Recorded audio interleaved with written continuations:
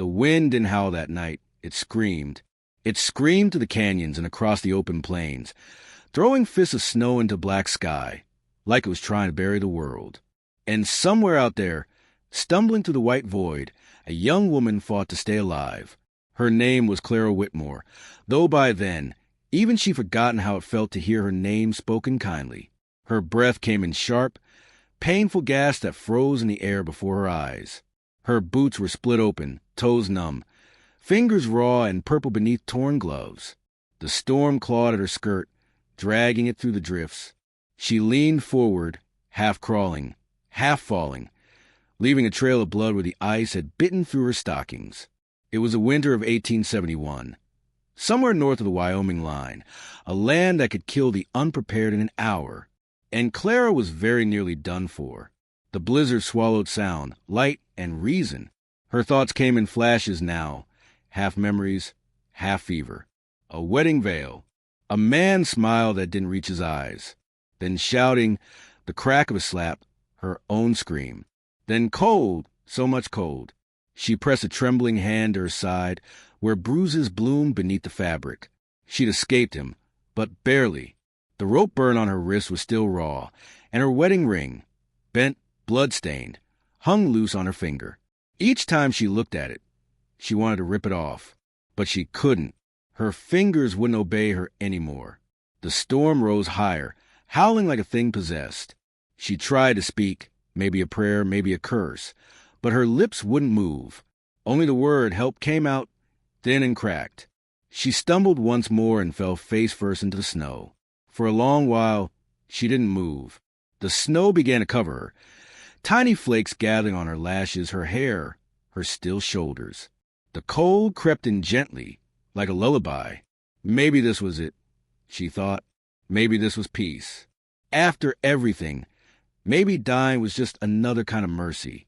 But the wind shifted, and somewhere through the white came the sound of hooves. A lone rider pushed through the storm, lantern swinging from his saddle. His name was Elias Harper, a rancher from Frost Hollow, riding back from town with supplies. He had the look of a man who'd seen too much and said too little. A thick coat, a Winchester strapped to his saddle, and a scar running from his temple to his jaw. Faded, but still there like a memory that refused to heal. He almost didn't see her, just a shape in the snow at first. His horse snorted, shying to the side. Elias squinted through the storm, lifted his lantern higher. God Almighty, he muttered. That's a person. He dismounted quickly, boots crunching over frozen crust. The closer he got, the worse it looked. A woman, barely breathing. Skin like porcelain gone blue, lashes crusted with frost. He dropped to his knees beside her. Miss, he said, shaking her shoulder gently.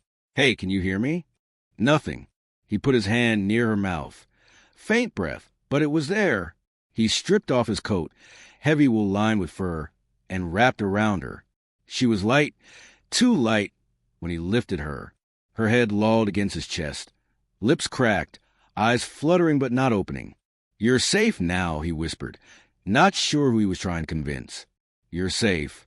He mounted up with her in his arms, one arm around her waist, holding her steady. The wind howled harder, biting through even his thick gloves. He kicked his horse forward, guiding it through the whiteout. The ride back to his cabin felt endless. The snow was up to the horse's knees, visibility barely a few yards. Once or twice he thought he saw movement, shadows flickering in the white, but it was only his mind playing tricks. He just kept muttering to himself, to her, to the storm. Hold on, girl. You hear me? Just hold on. By the time he reached the valley, the lantern was sputtering. The outline of his cabin appeared like a ghost, small, sturdy, half buried in snow. He kicked open the door with his heel and carried her inside, slamming it shut against the storm's roar. The cabin was warm by comparison, though the fire had nearly died. Elias laid her gently near the hearth, pulled the quilt from his bed, and covered her.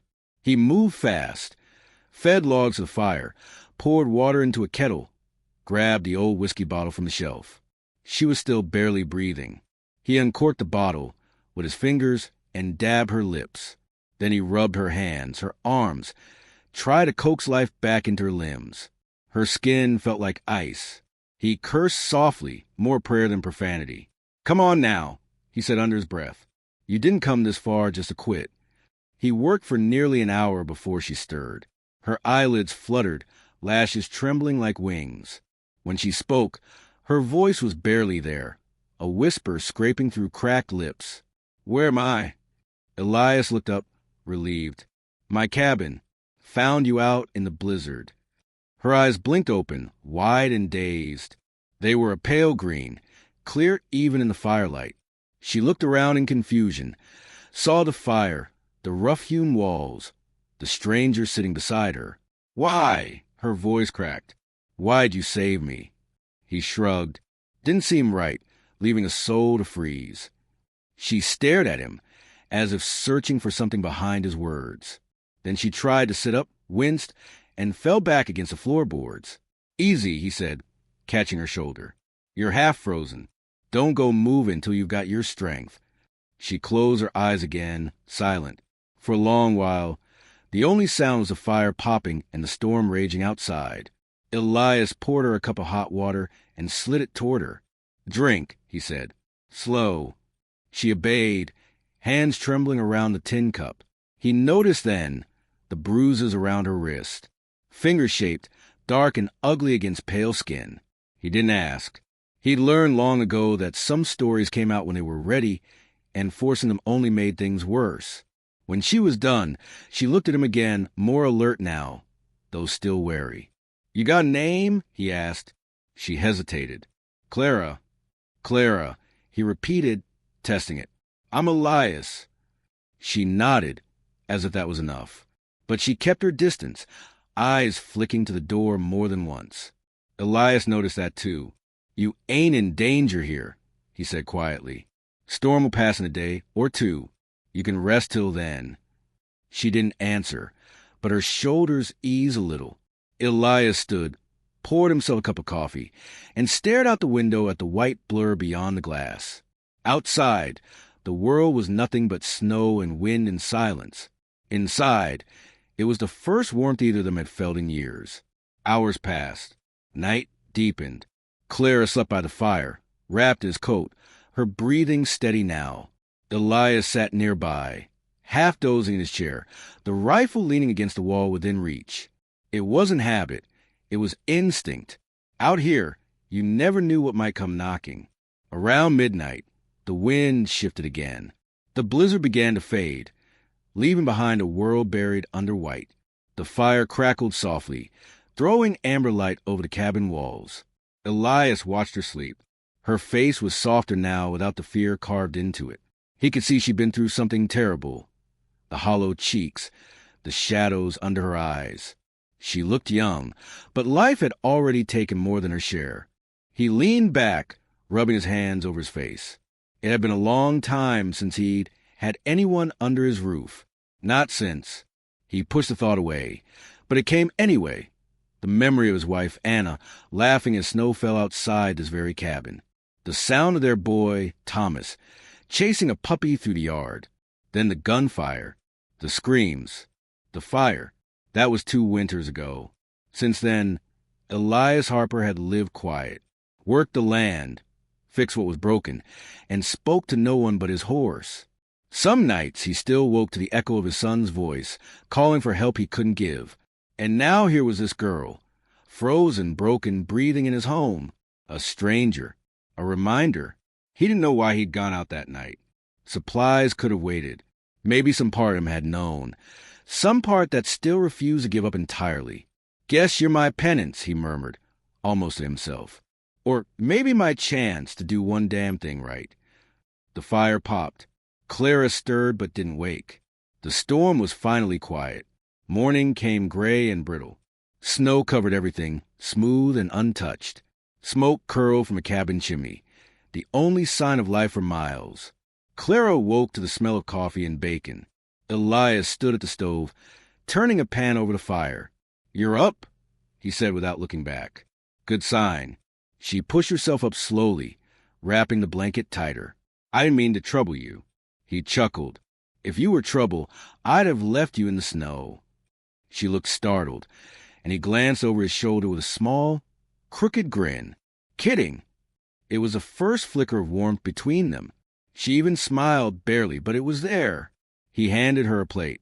"Eat. You'll need strength." She took it, whispering a quiet, "Thank you." They ate in silence, save for crackling of the fire. Outside, the sun caught the snow, turning it to gold. When she finished, Clara stared into the flames. "I should go once the storm clears." Elias set down his cup. "Where to?" She didn't answer. Her eyes dropped, fingers twisting the edge of his coat still around her shoulders. "Didn't think so," he said softly. "World's a mean place for a woman alone. You're welcome to stay till you figure your next step." She looked at him then, really looked. His face was rough, lined with years of wind and loss, but his eyes were steady, kind, that scared her more than cruelty ever had. "Why are you helping me?" she asked again. He shrugged. "Because once someone helped me." And that was all he said. Outside, wolves howled across the ridge. Inside, the fire burned steady, two souls thawing out beside it. Clara's eyelids grew heavy, her body finally surrendering to warmth and exhaustion. She curled up on the rug, his coat still wrapped tight around her. Elias sat watch, rifle across his knees, eyes fixed on the window. The wind had died, but the silence that followed fell heavier. He wasn't sure what he'd brought into his home, trouble maybe, or something else entirely. But for the first time in years, the cabin didn't feel empty. He looked at her sleeping form, at the flicker of light across her face. Maybe saving her, he murmured, was the first thing that made sense in years. The fire cracked. Outside, the snow glowed beneath a thin silver moon. And somewhere deep inside both of them, something long frozen began to stir.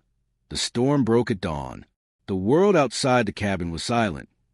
Too silent. The kind of stillness that only comes after something violent. Snow covered everything, smooth and endless, glittering like it was made of glass. Inside, the cabin was alive with the small sounds of morning. Fire popping, wood creaking, the slow drip of melted snow from a roof. Clara stood by the window, Elias's coat still hanging loose over her shoulders. Her breath fogged the glass as she stared at the pale horizon. Somewhere out there, she knew, they were still looking for her. Jed wouldn't stop. Not until he'd found her, or her body. Behind her, Elias moved quietly about the cabin. He didn't ask questions. He hadn't asked any since the night he found her. And that silence, in its own way, frightened her more than shouting ever could. "Coffee?" he asked, breaking the stillness. She turned, nodded. "Yes, thank you." He handed her a cup, their fingers brushing. It sent a strange warmth through her chest. Unfamiliar, dangerous. "Storm's done," he said. "Road will open up by tomorrow." She looked away. "Then I'll be gone." He didn't argue, just nodded once and sat by the fire. "You'll want to rest before then." Clara sipped the coffee, bitter and strong. She wanted to tell him she couldn't rest, not while Jed might be closing in. But saying his name felt like giving him power, so she kept her silence. Elias studied her over the rim of his cup. She had the look of someone who'd been hunted, eyes always darting, shoulders stiff, body ready to bolt. He knew that look. He'd worn it once himself. "Got no one waiting for you out there?" he asked finally. Her lips pressed into a thin line. No, he didn't push. Instead, he stood and opened the door, letting a wave of cold air wash in. "If you're staying the day, might as well earn your keep. I could use help with the horses." Clara hesitated. "You trust me with them?"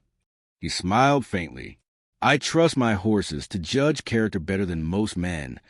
That earned him the smallest of smiles before she pulled on her boots and followed him outside. The ranch sat in a shallow valley ringed with pine and frost. Smoke rose lazily from the chimney, and the corral fence groaned under the weight of snow. Elias's two horses, dusty and red, snorted clouds into the cold air as they pawed at the frozen ground. Clara's breath caught when she stepped out. The sky was a hard, clear blue, the kind that came only after a storm. Sunlight turned the world to silver. For a moment, she forgot the fear. She even smiled when one of the horses nudged her shoulder. Gentle, Elias said, watching her. They spook easy. She ran a hand along the mare's neck. So did I. Once. He didn't answer, but something softened in his eyes.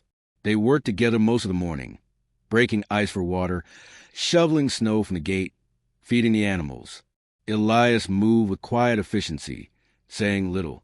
Clara tried to match his pace, though her hands trembled from the cold. When they finally went back inside, she felt alive again for the first time in days. Later, as she peeled potatoes by the fire, she caught Elias watching her, not with suspicion, but curiosity, like a man trying to piece together a puzzle with missing edges. He asked quietly, "You got folks anywhere?" She shook her head. "Not anymore." He hesitated, then said, "You looking to head east or west?" "I don't know." She forced a small laugh. "Maybe south. Somewhere warm." He grunted. "Ain't much warmth left anywhere these days." For a while, neither spoke. The wind outside sighed against the logs, the kind of lonely sound that made the heart ache. Then she asked, barely above a whisper, "Why do you live out here alone?" He didn't answer right away. Just stared into the fire, jaw tight. "Used to be a family here. My wife, Anna. My boy, Thomas. A raid took the town 2 winters back. I was in the hills, cutting wood. Came back to smoke." Clara's knife stopped halfway, through a potato. "I'm sorry," she said softly. He nodded once, not looking at her. "Ain't your fault. Wasn't anyone's. Maybe. World just takes." Something in her chest broke a little at that, because he was right. The world took and kept on taking. The days passed quietly after that. Clara grew stronger, color returning to her cheeks. She learned where the extra blankets were kept, how to tend the fire, how Elias liked his coffee black as tar. Sometimes he caught her humming under her breath, old hymns from another life. It was almost peaceful. Almost, because the shadows never really left her. Every creak of the cabin made her flinch. Every gust of wind made her look toward the window. And at night, when Elias thought she slept, she sat by the dying embers, staring into the dark. He noticed but said nothing. Some wounds needed space. One afternoon, he saddled his horse and rode to town for feed. When he came back near sundown, there was a tension in his shoulders that hadn't been there before. "What is it?" Clara asked, setting down the kettle. "Trouble," he said simply. "Ain't close yet, but it's coming." Her blood went cold. "What kind of trouble?" He looked at her then, steady, unreadable. Men-of-skin questions. About a young woman riding through the storm last week. Said she ran from her husband. Name was Jed Carver. Her breath hitched.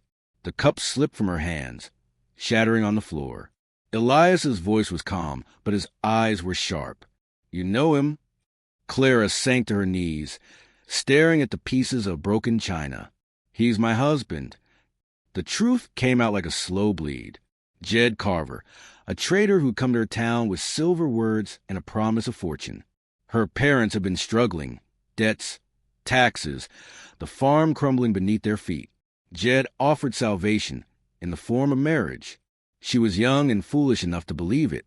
But once the papers were signed, the kindness vanished. He took her west, far from home, to an outpost where no one knew her name. The beatings started small. The threats grew worse. Then came the night he caught her trying to leave. He'd tied her to a post outside, left in the cold as punishment. She'd escaped in the dark before dawn, barefoot, running through the snow. She didn't remember much after that. Only pain and wind, and Elias's voice saying, "You're safe now." When she finished, her face was pale, eyes hollow. Elias poured her a drink and handed it to her without a word. She took it, hands trembling. "You could have left me out there," she whispered. "You should have." He met her gaze. "No, I reckon God don't give us many chances to do right. I ain't wasting one." She blinked back tears. "If Jed finds me, he'll kill you too." Elias leaned back in his chair, eyes hard. Let him try. That night, the wind carried a new sound. Hooves on frozen ground. Distant but closing. Elias stood, rifle in hand, and went to the window. The moonlight glinted off metal. 5 riders moving slow through the valley, their silhouettes dark against the snow. He turned to Clara. "Get down to the cellar. Now." Her heart raced. "No, I can help. This ain't a debate." His voice was low but firm. "You hide till I say otherwise."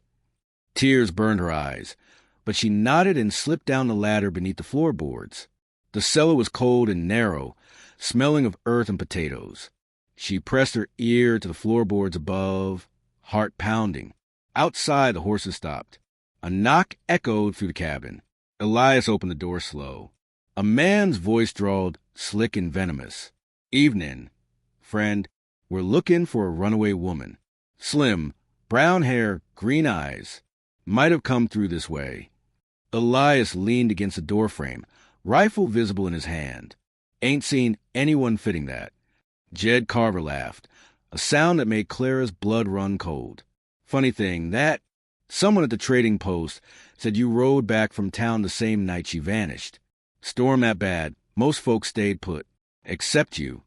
Elias didn't flinch. "Storm don't stop me from mending my business." Jed's tone sharpened. "If you're lying, rancher, I'll come back and burn this place to the ground." Elias's voice dropped to a deadly calm. "If you come back here, you won't make it to the gate." A long silence. Then the sound of reins snapping, hooves turning away. The riders vanished into the dark. Elias stayed by the door long after they were gone. Only when the wind swallowed their tracks did he lower his rifle. He opened the trapdoor. Clara climbed out, shaking. "He knows," she whispered. "He'll be back." "I know," Elias said. "And next time, he won't be asking questions." They sat by the fire that night, neither speaking. Shadows danced on the walls, long and thin. Outside, the cold deepened and the stars burned bright as knives. Clara stared into the flames. "You don't have to do this. He's not your fight." Elias turned to her, eyes steady. "Maybe not, but he's what's standing between you and another grave out in that snow. I already buried enough good souls out here. I ain't burying another." Tears welled in her eyes. She reached for his hand, hesitated, then pulled back. He saw the motion, but didn't call her on it.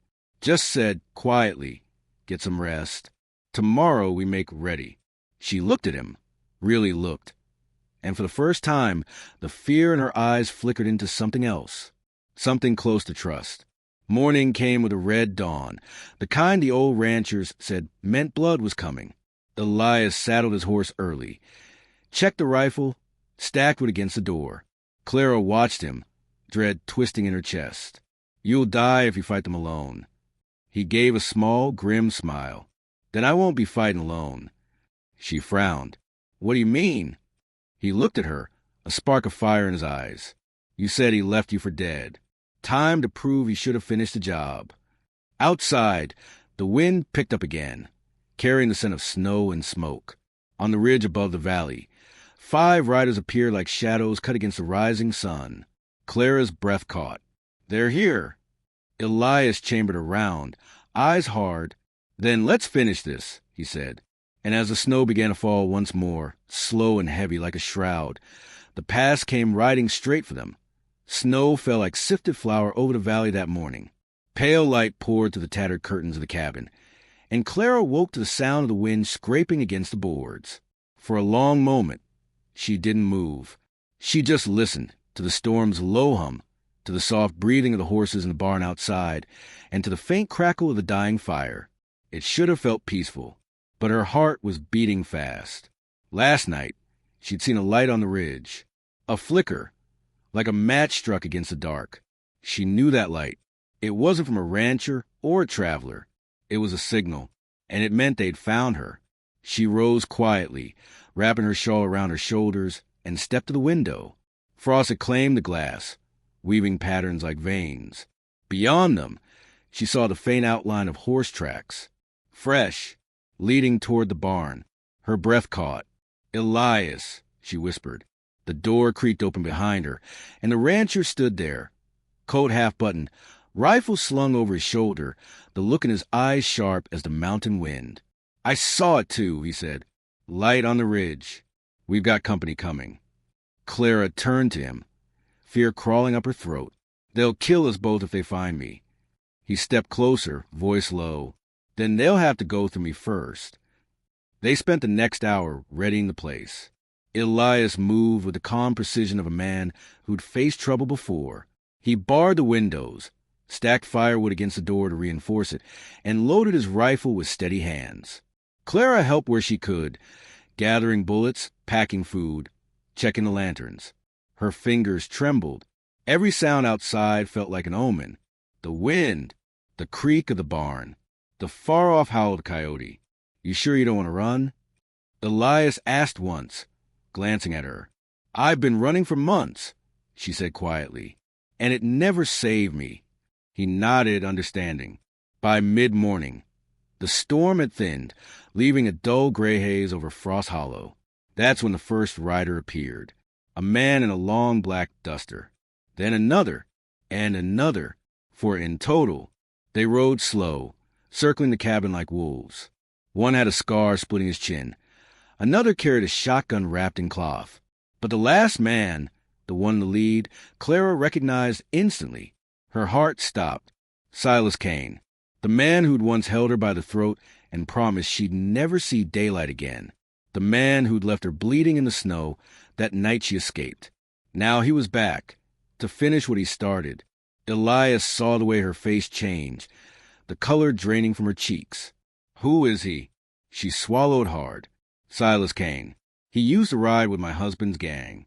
After my husband was killed, I tried to run with the money they stole. Kane caught me. He thought I was hiding it." "Were you?" Her eyes flicked to the floor. "No, I just wanted out." But he didn't believe me. Outside, Kane shouted something. His voice carried through the air, deep and venomous. "Clara, you in there?" Elias stepped toward the window, rifle raised. "Don't answer." But she did. Her voice was steady. "What do you want, Kane?" Kane chuckled. "Oh, you know what I want. The money. And maybe a bit of payback for that little stunt you pulled in the canyon. I hear you got a new protector." "That right." Elias's jaw tightened. "You tell him he's talking too much," he muttered. Clara's pulse thundered. "Kane, you walk away now. I swear there's nothing here for you. Don't lie to me, sweetheart," he called. "You always were a bad liar." Then came the sound of a rifle being cocked. Elias grabbed her by the arm and pulled her down behind the table just as the first bullet smashed through the window. The cabin erupted in chaos. Glass shattered. Wood splintered. Elias rolled to the side, firing 2 shots in quick succession. The recoil slammed into his shoulder, the echo of each shot fading into the wind. "Down!" he shouted. Clara crawled to the corner, covering her head as the next round of gunfire tore through the walls. A lantern burst, spilling oil across the floor. The flames leapt instantly, licking up the rug. Elias grabbed a blanket, smothering it. "We can't hold this spot long." "Then what?" Clara's voice shook. He looked toward the back door. "We move for the barn." She hesitated, heart pounding. "There's no cover. Better odds than burning alive." He threw open the back door, and they dashed into the snow. The cold hit like a blade. The air was full of smoke and gunfire. Bullets whined past them, slicing through the fog. Clara stumbled once, falling to her knees, but Elias hauled her up, half carrying her through the drift. They reached the barn just as another bullet whistled past her head. It struck the doorframe, sending splinters into her hair. Inside, the horses whinnied, restless and frightened. Elias shut the door behind them, panting hard. "They'll flank us soon," he said. "We need a plan." Clara pressed her back to a beam, trying to steady her breath. "There's dynamite in the tool chest. I used it for clearing stumps last fall." Elias's head snapped up. "Dynamite?" She nodded. "If we can draw them close." He gave her a sharp look, half admiration, half disbelief. "You got fire in you, Clara." "Guess I learned from the best," she said. "Men like him." They worked fast. Elias rigged a fuse while Clara filled a bucket with kerosene from the lantern stock. Her hands were slick with sweat despite the cold. Outside, voices drew nearer. "Spread out." Cain barked. "Check the barn." Elias motioned her back into the shadows. "When I light it, you run for the creek. Don't look back." Clara shook her head. "I'm not leaving you. You've come too far to die here." "So have you." Their eyes met. Snow falling through a crack in the roof, the faint smell of gunpowder in the air. For a heartbeat, everything went still. Then Elias leaned forward, pressing his forehead to hers. "If I don't make it," he said softly, "remember, there's still good men in this world." She blinked back tears. "Then don't make me find another." The door burst open. Cain stepped inside, shotgun raised, a sneer on his lips, and the line, "Sweetheart." Elias lit the fuse. The hiss filled the silence. "Run!" he shouted. Clara bolted out the back, snow swallowing her footsteps. She dove behind a rock outcrop near the creek, heart hammering. Seconds later, boom! The explosion ripped through Frost Hollow. Fire roared up from the barn, scattering snow and smoke into the air. The ground shook beneath her. Horses screamed. She waited, breath caught, searching through the haze. "Elias!" she cried. No answer. When the smoke cleared, she saw movement. A figure limping from the wreckage, coat scorched, face blackened with soot. "Elias!" She ran to him, throwing her arms around him as he staggered. He coughed, laughing weakly. "Guess that worked." Behind them, Cain lay motionless near the barn's ruins. The fire crackled, melting the snow around his body. Clara turned away, trembling. The man who'd haunted her dreams was finally gone. But the victory felt heavy, hollow somehow. Elias cupped her face in a soot-streaked hand. "It's over now." She nodded, tears streaming. "I never thought I'd hear those words." They buried what was left of the gang in the frozen ground by sundown. No words were said, just the quiet whistle of the wind and the soft crunch of dirt falling over the graves. That night, they sat by a new fire inside the half-burned cabin. The air smelled of smoke and pine. Elias's shoulder was bandaged, his eyes half closed from exhaustion. Clara looked into the flames. "When I first came here," she said softly, "I didn't think I deserved saving. I thought I was just too far gone." Elias glanced at her. "And now," she smiled faintly, "now I think maybe the world's got more mercy than I believed." He nodded, staring into the fire. "The frontier's a hard place. It don't forgive easy. But it gives second chances, if you've got the grit to take 'em." Outside, the storm had passed. The moon rose over the ridge, silver and whole. Frost Hollow lay quiet again, blanketed in snow, the tracks of the past slowly disappearing under the cold light. Clara leaned against Elias's shoulder, eyes half closed. "You remember what you said when you found me?" she murmured. "You said, 'You're safe now.'" He smiled. "Still true." She reached for his hand, squeezing it tight. "Then let's keep it that way." And for the first time in years, she believed it. Narrator's reflection, closing. So what do we take from this tale? Maybe it's this. The frontier could break a person, but it could also rebuild them piece by piece, if they had the courage to face the storm. Clara found her strength not in running from the past, but in standing against it. And Elias, he proved that kindness is its own kind of bravery. In Frost Hollow, the cold nearly took her life, but it also gave her something she'd lost long ago, hope.